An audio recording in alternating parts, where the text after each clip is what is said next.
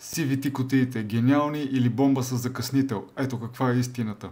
CVT не сменя предавки както нормален автоматик или ръчни скорости. Тя използва два конуса и ремък или верига, които непрекъснато променят предавателното число.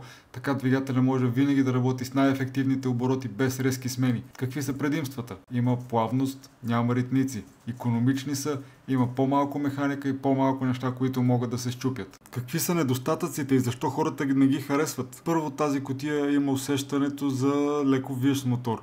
При ускорени оборотите скачат нагоре, но скоростта нараства плавно. Няма го този ряз, както при другите кутии. Колата се усеща се едно леко буксува или прибуксува.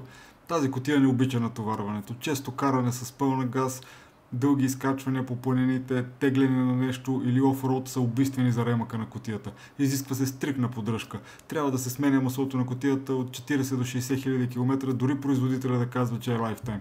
Пропуснеш ли поддръжката, ремонта може да стигне от 5 до 10 хиляди, а нова кутия е около 16 хиляди без смяната.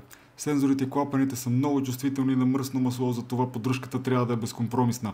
Дали е подходяща за теб тази кутия? Ако карате спокойно градско, в трафик или по равни пътища, CVT е чудесен избор, много приятна и плавна кутия с нисък разход. Ако обичаш динамично каране, магистрали и изпреварвания планини, по-добре класически автоматик с хидротрансформатор.